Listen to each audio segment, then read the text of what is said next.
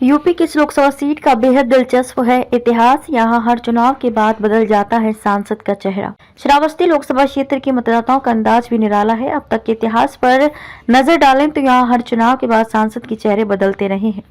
नए परिसीमन के बाद अब तक हुए कुल 3 चुनाव में कांग्रेस, भाजपा और बसपा के खेमे के सांसद चुने जा चुके हैं। चौथी बार बीच रही चुनाव के बिसात के साथ ही कौन होगा अगला सांसद, इसको लेकर चर्चा का बाजार गर्म हो रहा है। वर्ष 2009 में श्रावस्ती जिले की 2 विधानसभा भिनगा व श्रावस्ती तथा बलरामपुर जिले की 3 विधानसभा तुलसीपुर, बलरामपुर सदर व गैसडी क्षेत्र को जोड़कर श्रावस्ती लोकसभा क्षेत्र का गठन हुआ। परिसीमन के बाद हुए पहले चुनाव में 11 उम्मीदवार आमने सामने थे। कांग्रेस ने विनय कुमार पांडे और बिन्नू, बसपा ने रिजवान जहीर, सपा ने रुबाब सईदा व भाजपा ने सत्यदेव सिंह को चुनाव मैदान में उतारा था। इसमें कांग्रेस उम्मीदवार ने 2,01,556 मत प्राप्त कर बसपा उम्मीदवार को 42,029 मतों से हराया था। सपा को तीसरा और भाजपा को चौथा स्थान मिला था।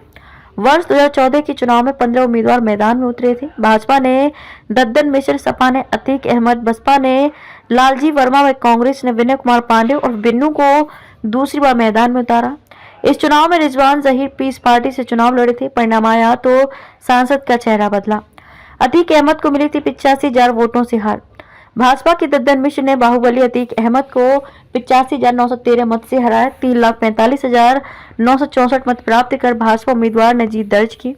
दूसरे स्थान पर सपा बसपा को तीसरा स्थान में पीस पार्टी इस चुनाव में चौथे स्थान पर रही।